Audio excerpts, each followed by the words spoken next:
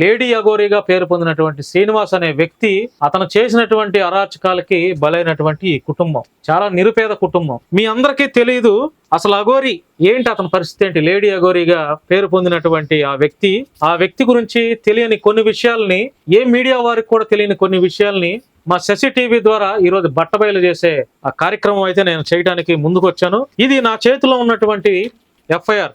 Lady అఘోరీగా చెప్పుకుంటూ తిరుగుతూ ప్రజలను ఇబ్బంది పెడుతూ కులాల మధ్య మతాల మధ్య ద్వేషాలు రగిల్చేలా మాట్లాడుతున్నటువంటి లేడీ అఘోరి అనబడే ఈ శ్రీనివాస్ అని వ్యక్తి పైన 25/2/2025 అంటే గత నెల కిందట సైబరాబాద్ పిఎస్ మోకిలా అనే పోలీస్ స్టేషన్లో 25వ తారీఖు కంప్లైంట్ ఇతని మీద.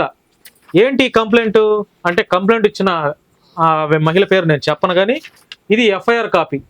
25వ తారీఖు 2వ నెల ఇచ్చినటువంటి కంప్లైంట్ 10 లక్షల రూపాయలు మోసం చేశాడు అని ఒక మహిళ అఘోరి అనబడే ఈ శ్రీనివాస్ పైన కంప్లైంట్ ఇచ్చిందనమాట. 10 లక్షలు ఒకటేమో 4,80,000, ఇంకొకటేమో 5 లక్షలు. ఇది అఘోరి యొక్క బ్యాంక్ అకౌంట్.